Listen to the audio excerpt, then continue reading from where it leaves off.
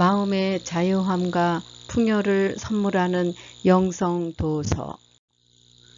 내면의 신. 고대의 경전에는 이런 말이 나옵니다. 다른 사람들에게 음식을 나누어 줄수록 더 많은 힘을 갖게 되고 옷을 나누어 줄수록 더 많이 아름다워진다.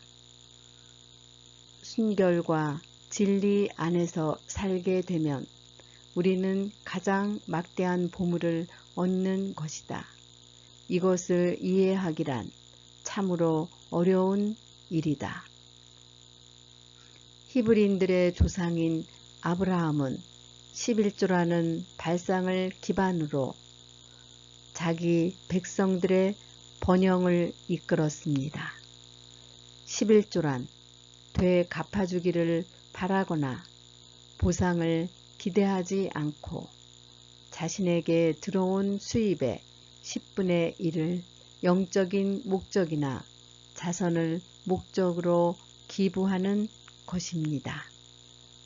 이타적 사랑의 크기가 커질수록 우리는 우주적 나를 우리의 참된 존재로서 깨닫는 데에 더 가까워집니다.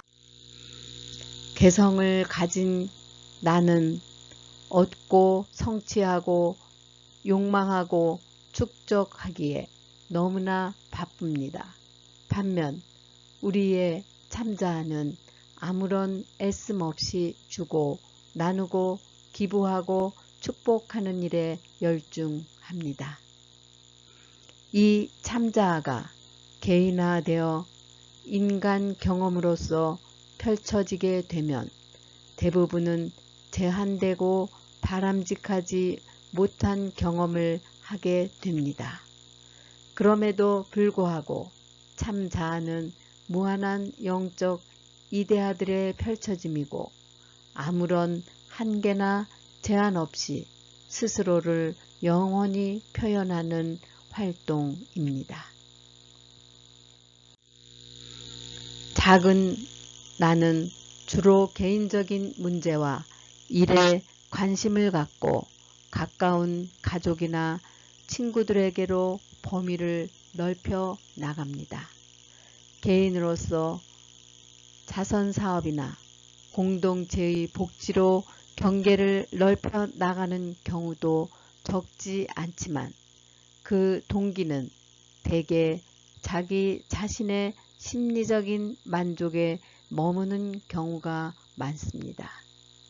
참자아로 산다는 것의 진정한 의미는 존재의 중심으로부터 뻗어나가 이타적인 마음으로 인정받으려는 바람을 품지 않고 보상이나 자기 위상의 확립을 바라지도 않으며 만나는 모든 이들을 축복하고 그것으로 인해 사람들에게 알려지게 되는 상태입니다.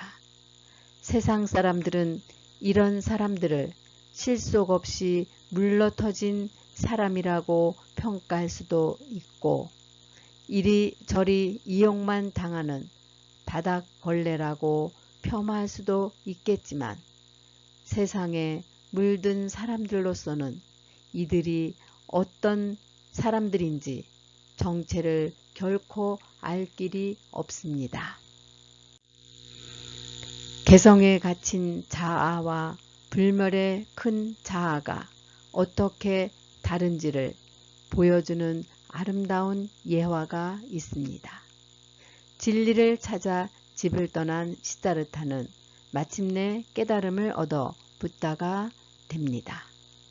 붓다란 깨달은 이라는 뜻으로 오늘날의 용어를 사용하자면 그의 시대의 그리스도라고 할 수 있습니다.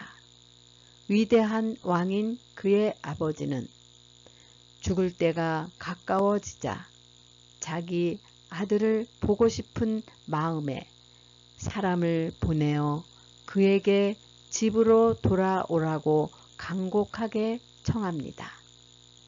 마침내 아들을 만나게 되자 그의 아들에게는 아버지와 아들의 개념이 사라지고 없다는 것을 알아차리게 됩니다. 하지만 그는 포기하지 못하고 아들에게 호소합니다. 아들아, 너에게 내 왕국을 물려주고 싶구나. 하지만 내 마음이 아무리 간절해도 내가 원하지 않으면 어쩔 수 없는 일이지. 그러자 붓다가 말합니다. 폐하의 마음이 저에 대한 사랑으로 가득 차 있다는 것은 잘 알겠습니다.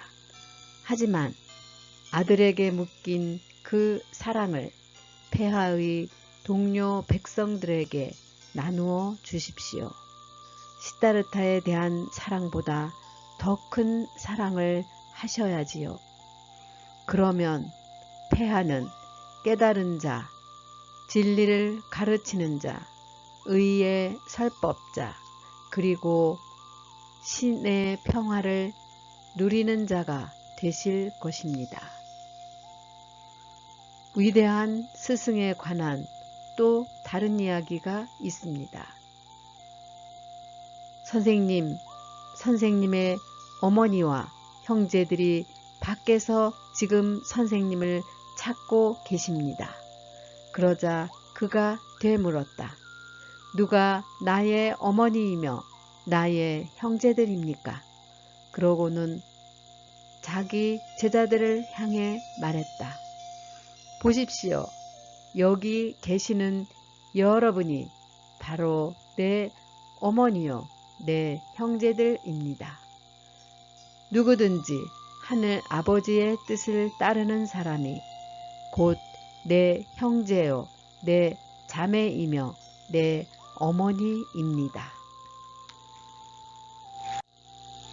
많은 이들에게 그리스도라는 단어는 대체로 신비한 용어, 미지의 실체, 알려지지 않는 존재, 거의 경험하지 못한 무엇으로 남아 있습니다.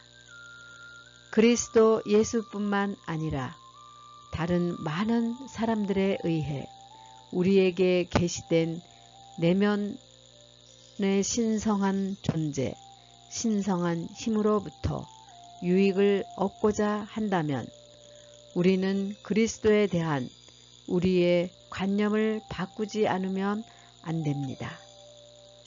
우리는 그리스도를 항구적이고 지속적으로 베풀어지는 시혜로서 경험해야 합니다.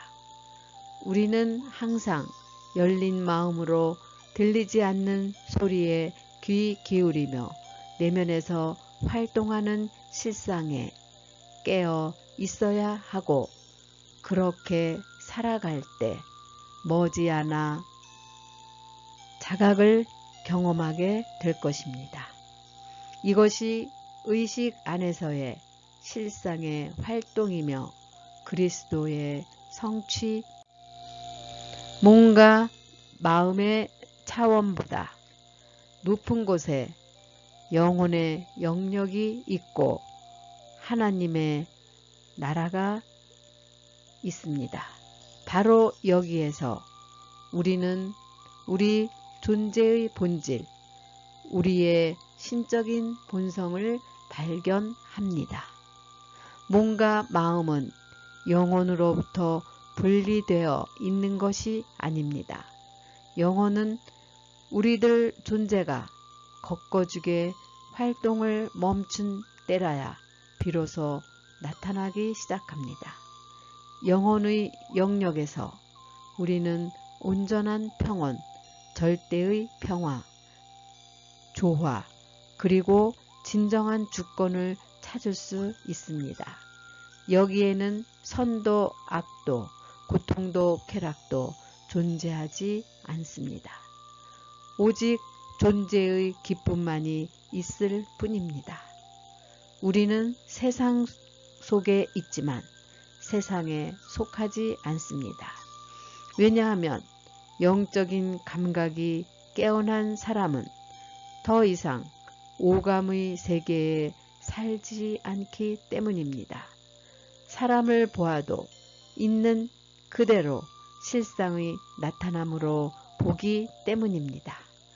지금까지 우리는 우주를 대상으로 바라보고 그 안에서 사람과 장소와 사물 안에서 행복과 주권을 우리가 할 일은 우리 자신의 의식 안에 있는 그리스도를 실현하는 것입니다.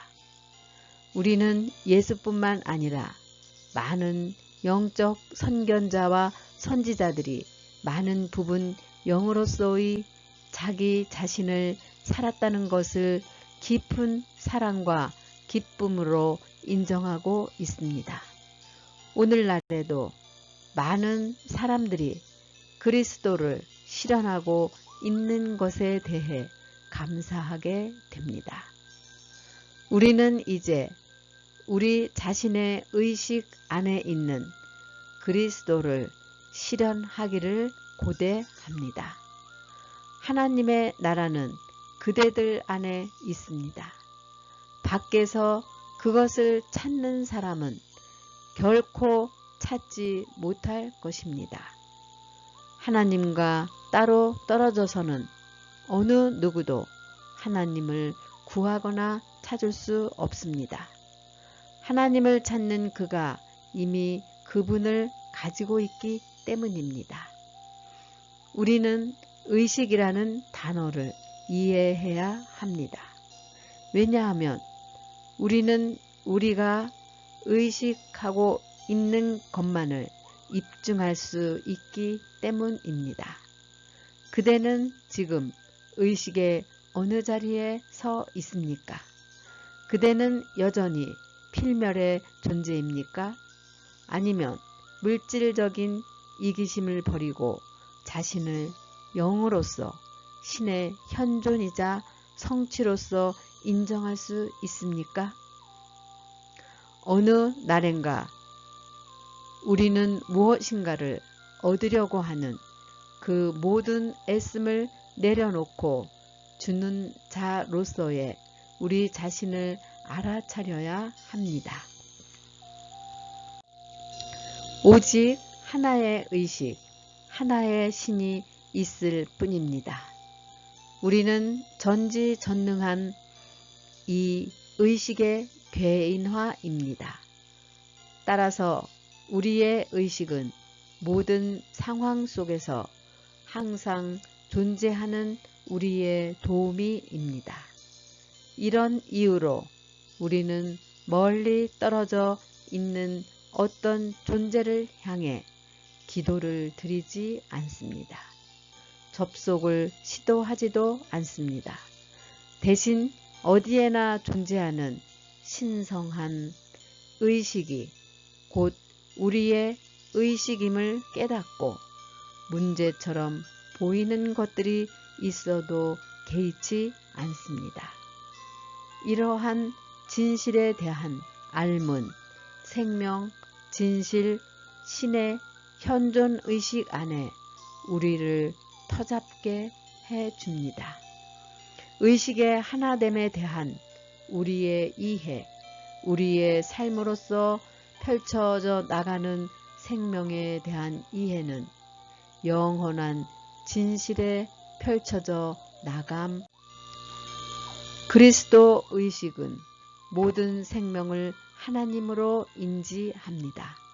시각과 소리로 나타나는 물질적인 것은 그 생명 자체가 아니라 단지 환상이나 존재의 거짓된 감각일 뿐임을 알아야 합니다. 영으로서의 우리 의식은 무엇이 참된 생명인지를 분별합니다. 문제의 차원에서는 문제를 해결할 수 없는 것과 마찬가지로 겉모습의 차원에서는 겉모습의 문제를 해결할 수 없습니다. 조화로운 삶을 살기 위해서는 겉모습의 차원을 뛰어넘어야 합니다. 오감으로 보고 듣고 느끼는 것은 사물의 참 모습이 아닙니다. 그러니 우리는 그 차원에서 생각해서는 안 됩니다. 겉모습을 무시하고 오감으로 나타나는 그림에서 떠나 바로 지금 여기에서 영원히 존재하는 실제를 인식하기